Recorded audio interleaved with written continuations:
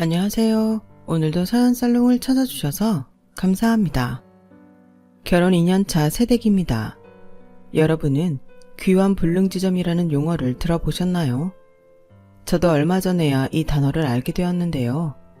항공기나 선박이 운항 중에 연료 잔량 등의 문제로 출발지로 되돌아갈 수 없는 상황을 뜻하는 용어래요.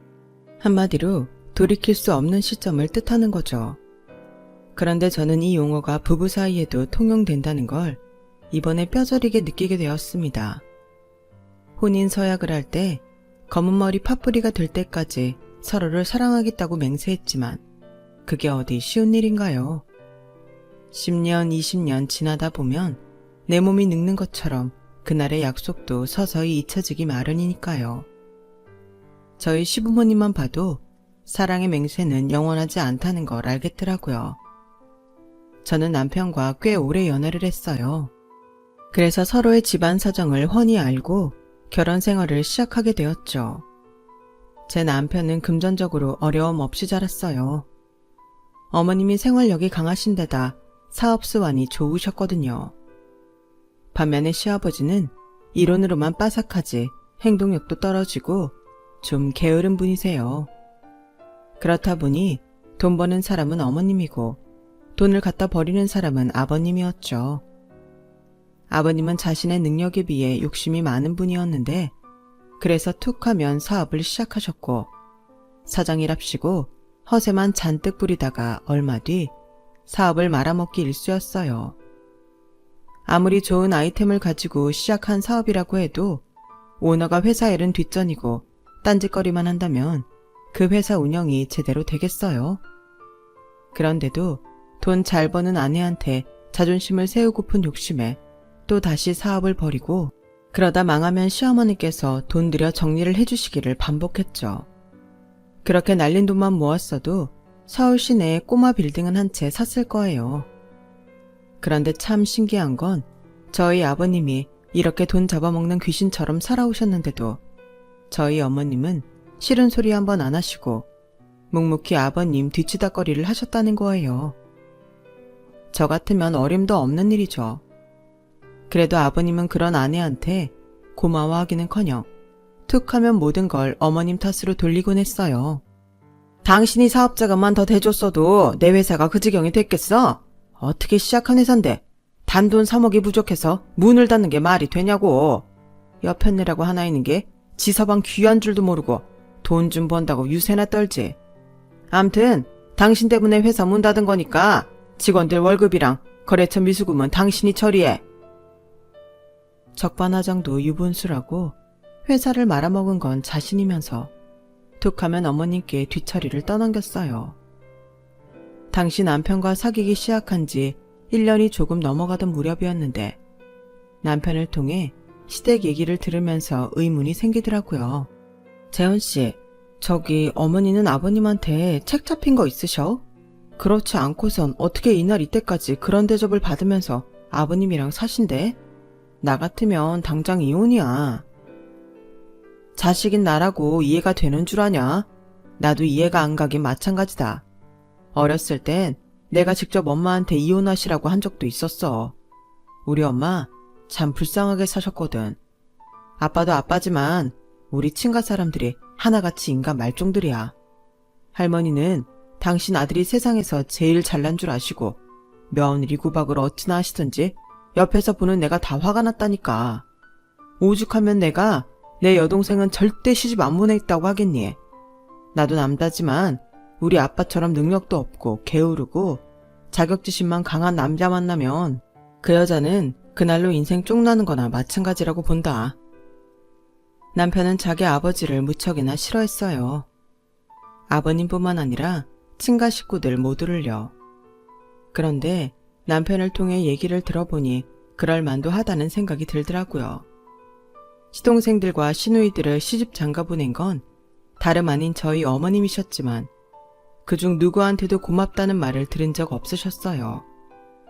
오히려 혼수를 적게 해줘서 시댁에 눈치 보였다고 타박하는 시누이와 자기들 결혼할 때 신혼집 보증금 적게 해줬다고 명절 때만 되면 형수 탓을 하는 시동생들 뿐이었죠. 명절이고 제사고 누구 하나 일어나서 일 거두는 사람 없이 어머님 혼자 모든 걸 다 떠맡으며 사셨어요. 어릴 때부터 자기 엄마가 친가 사람들한테 이용만 당하는 모습을 보고 자란 남편은 자기라도 엄마를 도우려고 주방에 들어가 어머님 일손을 돕곤 했었대요. 그래서 그런가 제 남편은 저보다도 음식 솜씨가 더 좋아요. 아들은 자기 아버지를 닮는다고 하지만 난 아니야. 난 결혼하면 내 아내한테 절대 우리 아버지처럼은 안 할 거야. 그러니까 은주 넌 걱정할 거 없어. 그 말을 어떻게 믿어? 그런지 아닌지는 살아봐야 알지. 어머님이라고 처음부터 아버님이 그런 사람일 거라고 알고 결혼하셨겠어? 그건 아닐 거 아니야. 그러니까 너무 호언장담하지 말라고. 그리고 난 자기 어머님처럼 참고만 살 사람은 아니니까 걱정 붙들어 매셔.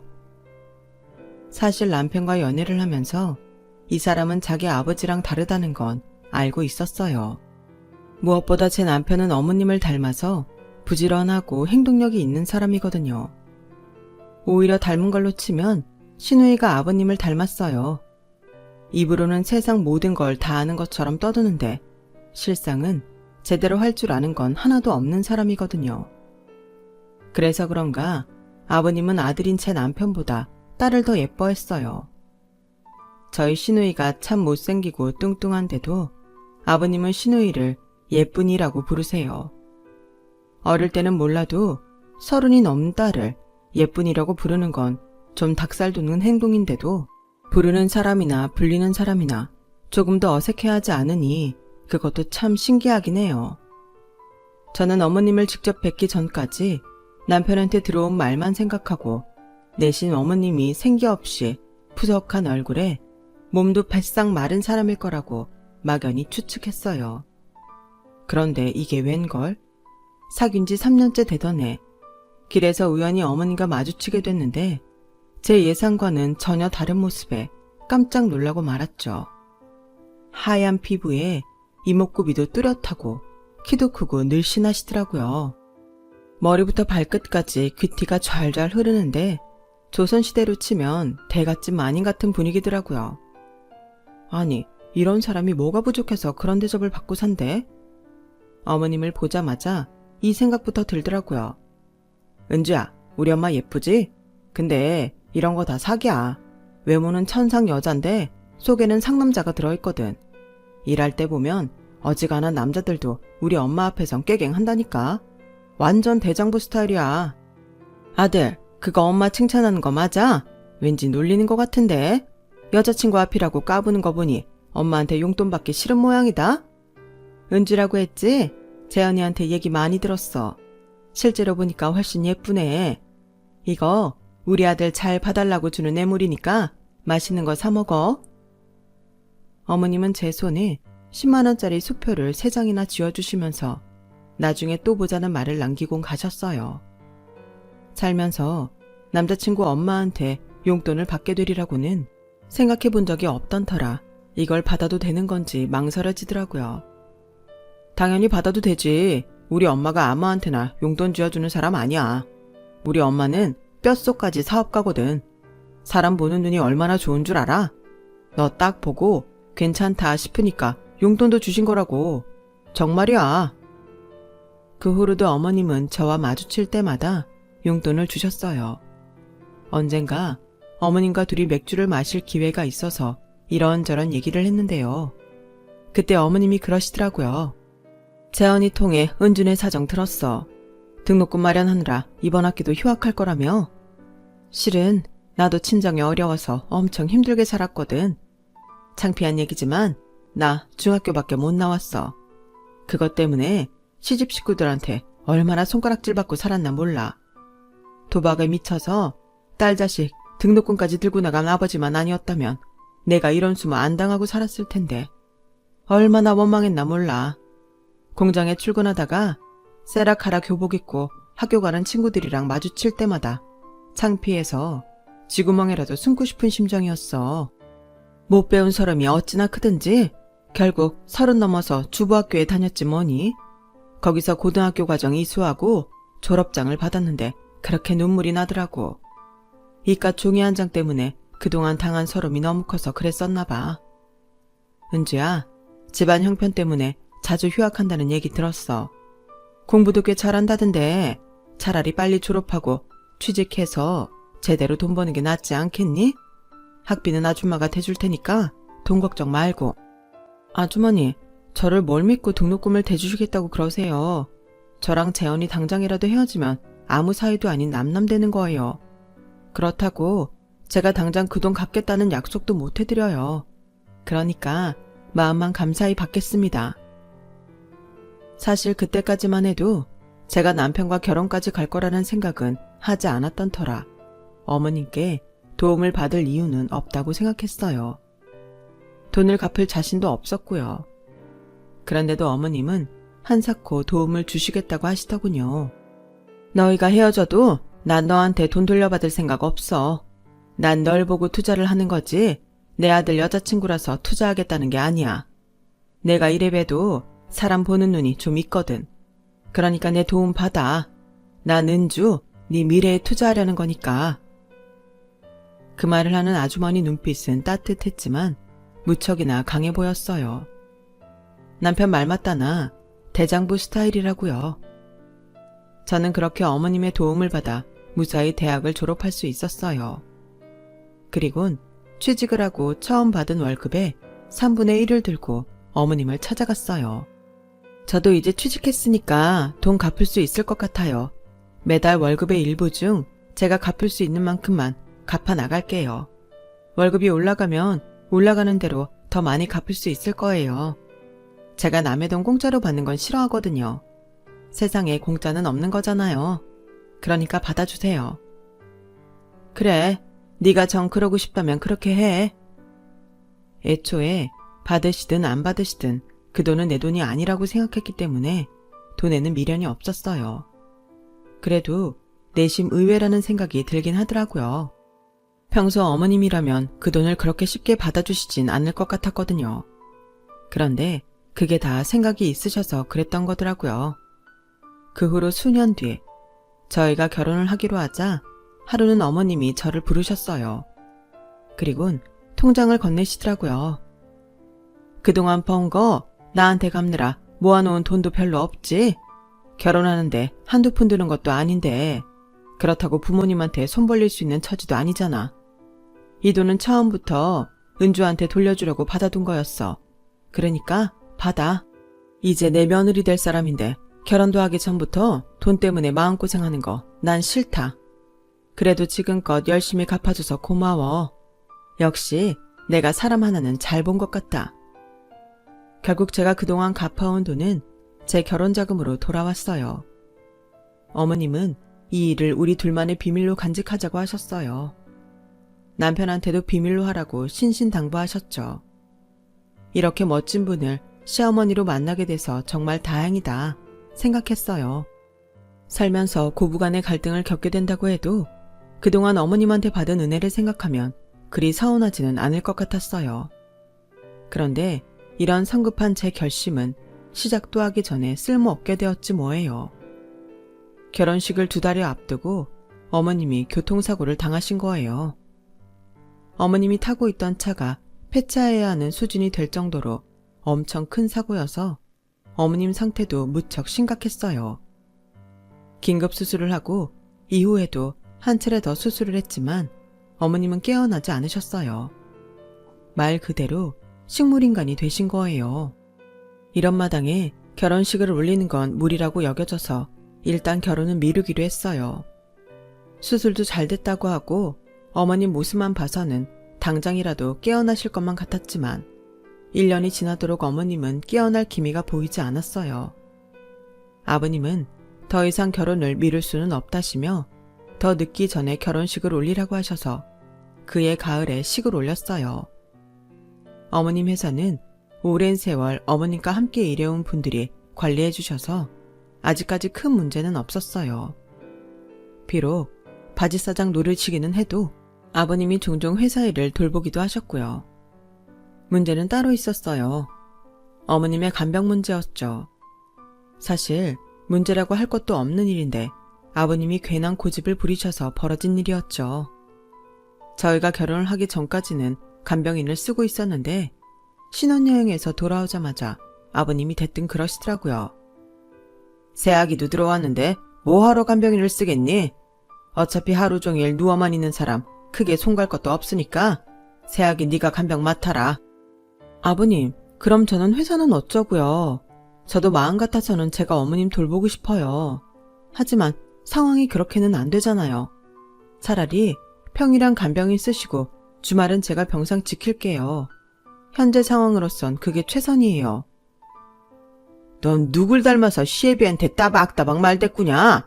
내가 말하지 않든 어차피 손갈 거 없는 사람이니까 출근 전에 와서 잠깐 보고 퇴근하고 와서 보면 되잖아. 그게 뭐 어려운 거라고 되도 않게 핑계를 대. 그리고 넌 친정도 가난해서 없이 살아온 애가 돈 무서운 것도 모르냐? 간병비가 한두 푼 드는 줄 알아. 네가 조금만 부지런하게 움직이면 다 해결되는 걸. 어디서 건방지게 돈 쓸 궁리부터 해. 네가 네 CM이 간병비 될 거냐? 그런 거라면 간병인을 부르든 말든 내 관여 안 하마. 평생 제대로 생활비 한 번 가져와 본 적 없는 아버님은 어머님 병원비랑 간병비 나가는 거를 극도로 예민하게 구셨어요. 마치 엄한 돈 빠져나가는 것처럼 아까워하셨죠. 물론 어머님이 하루빨리 깨어나셔서 전처럼 건강하게 사실 수 있다면 더할 나위 없겠지만 그렇지 못한 상황에 어머님께 들어가는 돈 아까워하는 건 너무한 거 아닌가요? 하지만 호랑이가 사라진 상황에 여우가 왕노릇하는 건 당연한 일이라 아버님의 독단에 따를 수밖에 없었어요. 사실 어머님이 그렇게 되시고 두세 달쯤 지났을까요? 어머님 밑에서 수십 년을 일해온 김 실장님이 제 남편을 찾아온 적이 있었어요. 어머님이 언제 깨어나실지 모르는 상황에 대표 자리를 마냥 비워둘 수만은 없다는 얘기를 하셨어요. 물론 대기업도 아니고 40~50명 정도의 직원을 거느린 작은 업체이긴 하지만 그래도 연간 움직이는 돈이 꽤 되는지라 걱정을 안 할 수는 없는 노릇이었죠. 하지만 남편은 이미 번듯한 직장도 다니고 있었고 자기 분야 일도 아닌데 무작정 어머님 자리를 대신할 수도 없는 노릇이었어요. 그래서 거절을 했다더군요. 채연아, 이런 일이 아니었어도 어차피 회사는 너한테 물려주려고 하셨어. 너도 알다시피 너희 아버지가 회사 맡게 되면 망하는 건 시간 문제다. 너도 너희 아버지 알잖니? 네 어머니 사고 나자마자 회사 돈에 손댈 생각부터 하시는 양반이다. 네 아버지 오래 못 말려. 지금처럼 대표님 깨어나지 못하시면 결국엔 네 아버지가 대표 자리에 앉으실 거다. 대표님이 이 회사 키우는데 얼마나 고생하셨는지 너도 잘 알잖니? 정말 밑바닥에서부터 피땀으로 일군 회사야. 그거 지켜드려야지. 안 그러니? 지금 당장은 아니더라도 네가 회사 좀 지켜다오. 부탁한다. 당장 다니던 회사를 그만두고 가지는 못하지만 남편도 내심 어머님 회사를 자신이 지켜야 한다는 생각을 하고 있었던 것 같아요. 고양이한테 생선을 맡길 수는 없으니까요. 그래서 퇴사를 염두에 두고 있었는데 생각지도 못한 일이 벌어지면서 퇴사 일자를 앞당기게 되었어요. 사건의 주범은 시아버지였어요. 어머님 간병을 제게 떠넘기고는 회사에서 결제받은 간병비로 친구분들과 태국으로 골프 여행을 떠난 거예요. 아예 그쪽에 콘도를 사서 골프를 핑계로 수시로 드나들 생각까지 하셨더라고요. 그 돈을 마련하려고 김 실장님께 1억이 넘는 대금 청구를 했다가 거절당하자 자신이 대표 자리에 앉겠다고 고집을 부리기 시작했어요. 김 실장님 호출을 받고 달려간 남편은 그동안 아버님이 어머님 계좌에서 함부로 돈을 꺼내 쓴 정황까지 포착했어요. 그런데 그게 다가 아니었어요. 아버님이 실력도 안 되는 당신 친인척들을 회사에 낙하산으로 앉혀놓고 회사 돈까지 건들려고 했더라고요. 아버지, 이게 지금 뭐 하는 짓이에요? 아버지가 왜 어머니 회사 돈에 손을 대요? 그리고 인사건을 왜 아버지 마음대로 휘두른 거고요? 어머니가 얼마나 고생해서 일군 회사인데 아버지가 무슨 권리로 이러시냐고요? 대표 자리에 앉겠다고요? 누구 맘대로요? 그동안 아버지가 손대서 성공한 일이 뭐 있어요? 매번 일만 벌여놓고 어깨에 힘주고 다닌 것밖에 더 있어요. 1년도 안 가 회사 문 닫을 때 그 뒷감당 누가 했냐고요? 다 어머니가 하셨어요. 어머니가 밤잠 못 주무시고 피땀 흘려 번 돈 아버지 뒤치다꺼리 하느라 쓰셨다고요. 그런데 이제 어머님 회사까지 손대시라고요? 어림도 없어요. 이놈의 자식이 어디서 큰 소리야. 그래 이놈아. 그동안 내가 사업체 몇 개 말아먹었다. 남자가 사회생활하다 보면 실패도 할 수 있는 거지. 그게 뭐 그리 대단한 일이라고 애비 앞에서 시건방을 떨어. 그리고 네 엄마 죽으면 어차피 다 나한테 돌아올 거 조금 일찍 대표 자리에 앉는다고 누가 뭐라 그럴 거냐? 왜? 네가 이 자리 탐내고 있었던 거냐? 네 놈이 노리던 거 내가 차지한다니까 배 아파 그러는 거냐고. 이래서 자식 새끼 키워봐야 소용없다는 거다. 이날 이때까지 먹이고 업혀서 사람답게 만들어놨더니 지혜 비할 길을 뭐같이 알기나 하고. 하여간 무식하고 천박한 게 네 애미 집안 사람들이랑 똑같아. 아버님은 남편 외가까지 들먹이며 제 남편한테 폭언을 퍼부으셨어요. 아버님의 그런 도발은 결국 남편의 퇴사 결심을 굳히게 만들었고, 며칠 뒤 김 실장님의 도움을 받아 어머님 회사 대표 자리에 앉게 되었어요. 어머님이 사고를 당하시기 이전부터 일찌감치 제 남편을 차기 대표로 삼겠다고 공표를 해둔 덕분에 회사 내에서도 반발은 없었어요. 오히려 이런 상황에 시아버지가 아닌 제 남편이 회사를 맡는다니 쌍수를 들고 환영하는 분위기였죠. 대표 자리에 앉은 남편은 아버님이 꽂은 낙하산들부터 걷어내기 시작했어요. 생산진 몇 명을 제외하고는 다들 회사 기준에 못 미치는 학벌과 업무 능력 때문에 업무를 볼 수 있는 상황이 아닌데도 막무가내로 내보낼 수 없어서 권고사직을 요구했고, 다들 받아들이는 분위기였죠. 그 짧은 시간에 아버님이 싸놓은 똥을 치우느라 남편은 한동안 야근을 밥 먹듯 해야 했어요. 당연히 자기 손에 들어올 줄 알고 있던 대표 자리를 눈앞에서 놓친 아버님은 남편 대신 저를 괴롭히기 시작했어요. 이래서 집에 여자를 잘 들어야 한다는 건데 어쩌다 너 같은 게 들어와서는 내 아들까지 저렇게 망쳐놨는지 원. 말이 나왔으니 말인데 새아기 눈에는 시애미만 보이고 시애비는 안 보이냐? 어떻게 된 게 철이 지나도록 옷 한 벌을 안 사들고 오냐? 니네 친정에선 시애비한테 이러라고 가르치더냐? 하긴 먹고 살기 급급한 집구석에서 자식 교육은 제대로 시켰을 리가 없지. 이래서 혼인은 비슷한 집안끼리 해야 하는 건데 네 시애미가 자식들 혼사를 다 망쳐놨구나. 자주 못 찾아뵈서 죄송해요. 주말에 어머님 간병한다고 통신경을 못 썼습니다. 조만간 한번 찾아뵐게요. 됐다. 엎드려 절박히지. 뭐 너도 바쁜 모양인데 찾아할 거 없이 예의는 딴 걸로 지켜라. 그게 무슨 말씀이세요? 다른 걸로라뇨? 왜? 요즘 젊은 애들이 많이 쓰는 말 있잖냐. 금융치료라든가. 머리도 복잡한데 재현이랑 해외로 바람이나 쐬러 갔다 오게 여행 자금 좀 보내거라. 네 남편의 회사 대표 자리까지 꿰찼으면 그 정도는 해줄 수 있는 거 아니냐? 한 몇 달 태국에 지내면서 골프나 치다 오게 골프장 가까운 곳에 리조트도 하나 예약해주고, 날이 더운 나라니 프라이빗 수영장도 하나 있으면 좋겠구나. 재은아, 또 뭐가 필요하다 그랬지? 그래, 해외 전용 체크카드도 하나 발급해달란다. 요즘은 그걸로 현지에서 돈 빼쓰는 게 편하다는구나. 딱 보니 시누이가 옆에서 코치를 하는 것 같았어요. 자기 엄마는 혼수 상태로 1년 넘게 병상에 누워있는데 해외여행 갈 생각이나 하다니 그 아버지의 그 딸이더라고요. 아버님, 일단은 아버님 말씀 잘 들었고요. 이따 그이 집에 오면 얘기는 해볼게요. 그런데 너무 기대는 하지 마세요. 아버님도 아버님 아들 성격 잘 아시잖아요. 허투루 돈 안 쓰는 거요. 이런 와중에 해외 나가서 몇 달이나 골프 여행 즐기다 오겠다고 하면 그이 성격에 뭐라고 할지 뻔하지만 아버님이 하라고 하시니 얘기는 해봐야죠 뭐. 그럼 그렇게 알고 계세요. 제가 지금 나가봐야 해서 이만 끊겠습니다. 저는 대놓고 아버님 속을 긁으며 통화를 마쳤어요. 며느리로서 시아버지한테 그러면 안 되는 건 알고 있지만 저도 사람인데 어떻게 그런 상황에 좋은 소리가 나가겠어요. 그래서 일부러 더 못되게 말을 해버린 거죠. 이날 있었던 통화 내용은 이틀이 지나서야 남편한테 전했어요.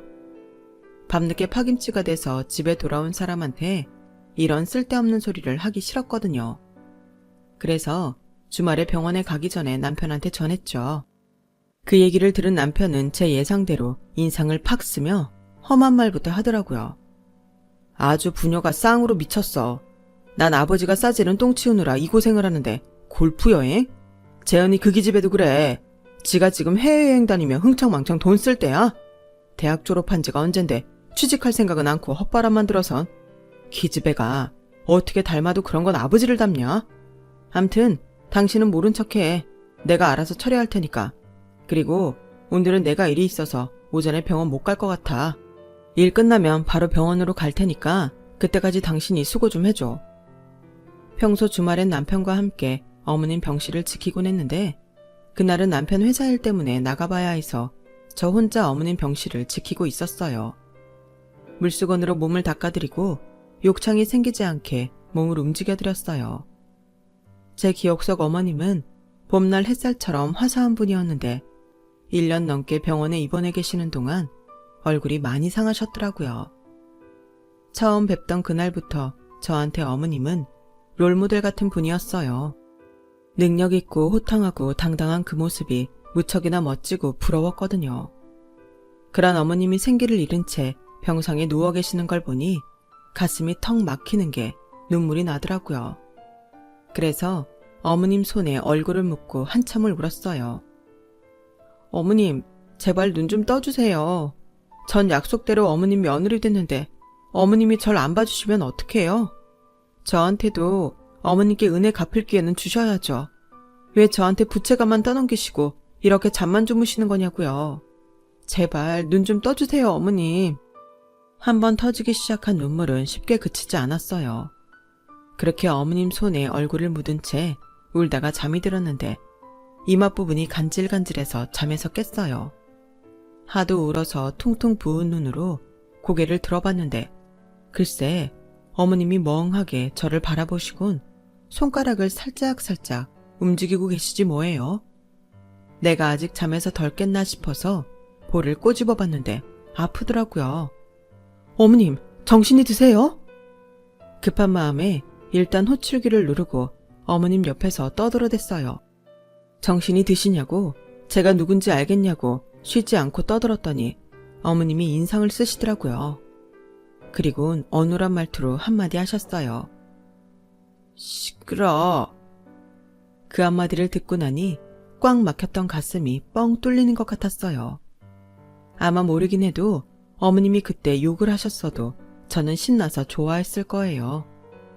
기적적으로 어머님이 깨어나신 이후 저희 시댁에 많은 변화가 있었어요. 일단 어머님은 정식으로 제 남편한테 회사를 물려주셨고 아버님과는 별거를 시작하셨어요. 그리고 아버님 집안의 제사를 비롯해 집안 행사엔 일절 참여하지 않겠다고 하셨죠. 그뿐 아니라 아버님과는 금전적으로 딱 선을 그으셨어요. 죽다 살아나니 이제야 내가 정신이 드나 봐요. 그동안 내가 왜 그렇게 당신이랑 당신 집 식구들한테 개처럼 충성하고 살았는지 모르겠네요. 그동안 당신이 나한테 끼친 금전적 손해는 배상하라는 말은 안 할게요. 대신 앞으로는 나한테 기댈 생각 말아요. 당신뿐만 아니라 당신 동생들도 마찬가지예요. 내가 병원에 있는 동안 내 걱정은 고사하고 내 돈 챙기는 거 알면 급급했던 인간들한테 내가 뭘 더 해야겠어요. 그리고 재현이 너도 월세 원로만나 해줄 테니 나가 살아. 네 손으로 편의점 아르바이트를 하든 배달 일을 하든 돈 벌어서 월세도 내고 밥도 사 먹고 살아. 피 한 방울 안 섞인 네 새언니도 주말마다 쉬지도 못하고 병원에서 지내는데 어떻게 딸이란 년이 다 죽어가는 엄마를 모른 척하고 해외여행 갈 생각이나 하고 있니? 네가 그러고도 내 딸이야? 엄마, 그건 오해야. 나도 취직 준비하느라 바빠서 그랬지. 안 그랬으면 내가 간병했을 거야. 여들의 삶은 호박에 이 안 들어갈 소리 그만해. 네가 취직 준비를 언제 했다고 그래? 허구한 날 노트북으로 미드나 보고 인터넷 쇼핑이나 하는 주제에 너 그간 자격증 하나라도 따놓은 거 있어? 영어 성적은 좀 올렸냐고? 하나도 안 했지? 그러면서 취직? 내가 사장이라도 너같이 게을러 빠지고 능력 안 되는 애는 직원으로 안 뽑겠다. 암튼 난 할 말 다 했으니까 당신이랑 재은이는 이번 주까지 내 집에서 나가.